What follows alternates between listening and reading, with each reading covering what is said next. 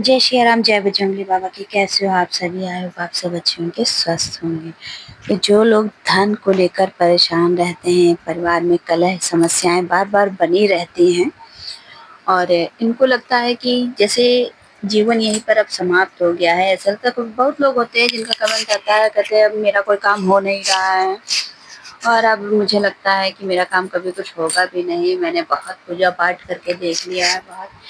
तो हम उन लोगों से यही कहना चाहेंगे कि आप लोग बिल्कुल भी हिम्मत मत हारिए, धैर्य रखिए, क्योंकि धैर्य का फल जो होता है सबसे सही होता है। अगर आपके मन में धैर्य है, संतुष्टि है, तो आपको एक छोटी-छोटी चीज़ों में भी खुशियाँ नज़र आने लगेंगी। तो जैसा कि हम एक उपाय आपको बता रहे हैं, पहले तो हम आपको एक अनुभव शेयर करना चाहते हैं, जिनका जो कि है रायबरेली से भैया जी, और बताते हैं कि आप यकीन नहीं करेंगे फ्रेंड्स कि हम खुद ही सुन के शॉक उस चीज़ को हो गए कि अपना वो अनुभव बताते हैं कि कई सालों से करते-करते तैयारियाँ, मतलब सोचिए पेरेंट्स तक उनके हार गए चुके थे बिल्कुल, कि उनके पेरेंट्स को भी ये लगने लगा था कि अब इनकी जॉब नहीं लगेगी। कितनी मेहनत करते, हर बार 1-2, 1-2, 1-2 नंबर से रह जाते थे। घर वाले परेशान थे कि अब 22 की उम्र हो रही है, 24 की हो रही है, धीरे-धीरे भाई उम्र निकलती ही जा रही है। तो ऐसा करते हैं, शादी कर देते हैं इनकी। शादी हो गई उनकी।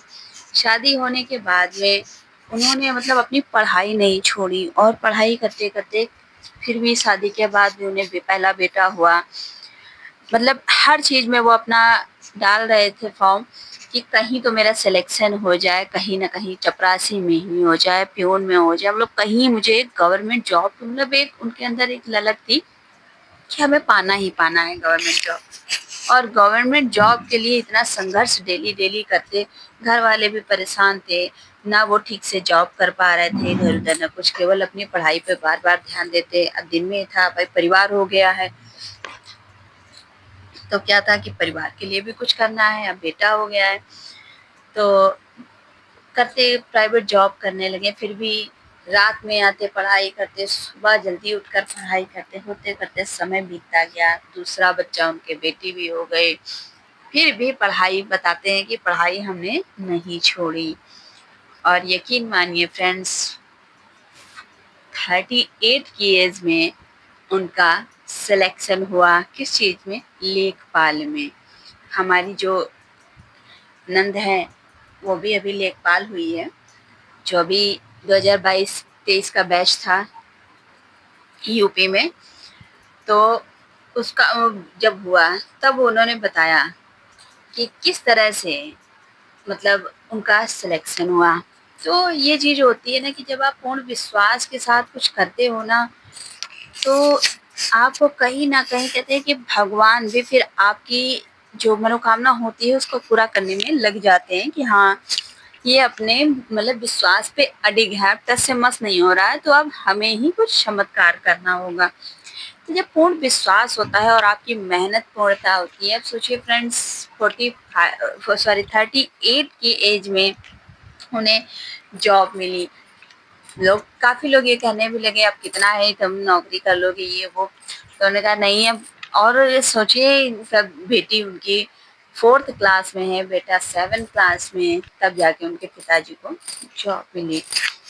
तो कहते हैं ना, कब आपका भाग्य खुल जाए, कब प्रभु चमत्कार कर दें, किसी को कुछ नहीं पता होता। बस आप सच्चे मन से, हम ये अनुभव आज आपके साथ इसलिए शेयर कर रहे हैं कि जो लोग कहते हैं ना कि हमने इतने अनुभव कर लिए, संकल्प ले लिया, राम नाम लेखन भी करके देख लिया, मंदिर में जाकर भी ये भी कर लिया, परिक्रमा भी लगा ली, सब कुछ कर लिया, लेकिन हमारा काम फिर भी नहीं बना। तो आप विश्वास रखिए, जिसने आपको जीवन दिया, ये मार्गदर्शन दिखाया आपको कि हाँ, आपको इस राह पे चलना है।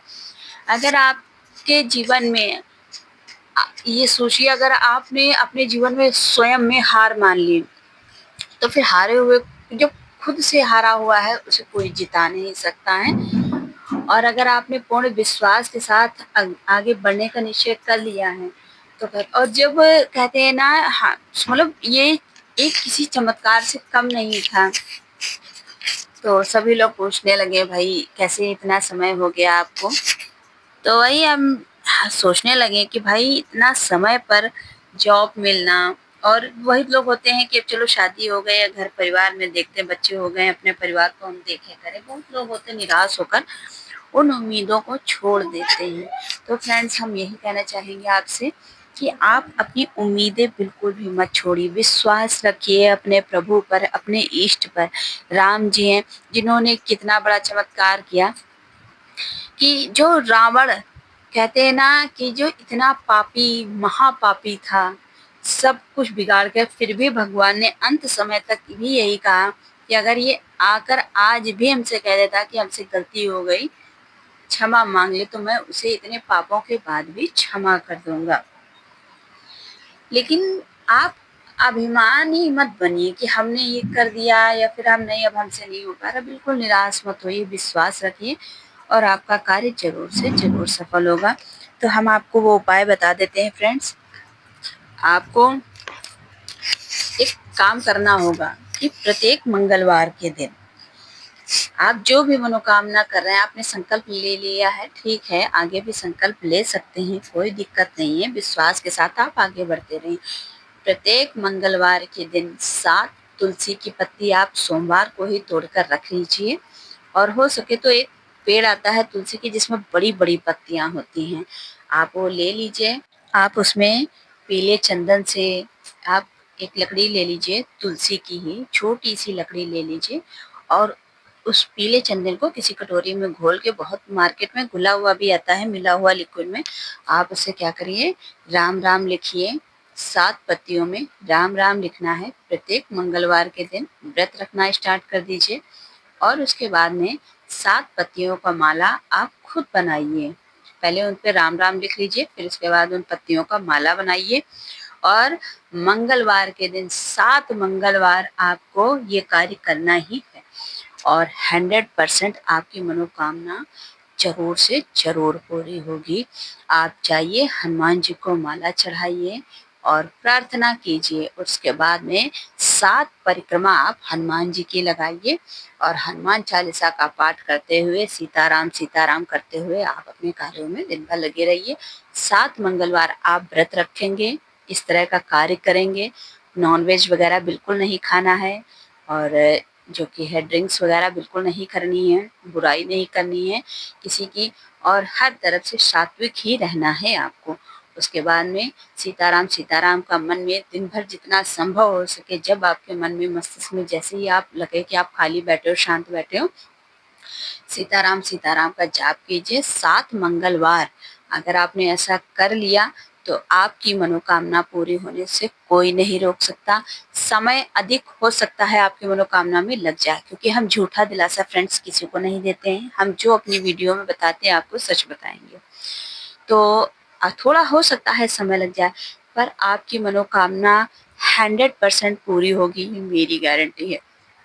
आपको फिर कभी निराश होने की आवश्यकता नहीं पड़ेगी। तो फ्रेंड्स आज की वीडियो ये कैसी लगी कमेंट बॉक्स में ज़रूर बताइएगा और दूसरों के साथ ये वीडियो शेयर कीजिए, लाइक कीजिए, कमेंट में जय सिया राम, जय बजरंगी बाबा ज़रूर से लिखें। मिलते हैं आप लोगों से नेक्स्ट वीडियो में, तब तक के लिए जय सिया राम, जय बजरंगी बाबा की। एक बात हम और आपसे कहेंगे, कमेंट में जय सिया राम, जय बजरंगबली बाबा इसलिए लिखने को हम आपसे कहते हैं ताकि आप भी इसी बहाने राम जी का नाम लेंगे, हनुमान जी का नाम जब आप सुनते होंगे राम नाम, और तो जब आपके अंदर भक्ति का प्रकाश हो जाएगा तो धीरे धीरे आप खुद ही, कहते हैं ना कि एक बार भी अगर आपने राम नाम ले लिया तो कितना बड़ा पुण्य का काम है। तो मिलते हैं आप लोगों से नेक्स्ट वीडियो में। जय सिया राम, जय बजरंगबली बाबा की।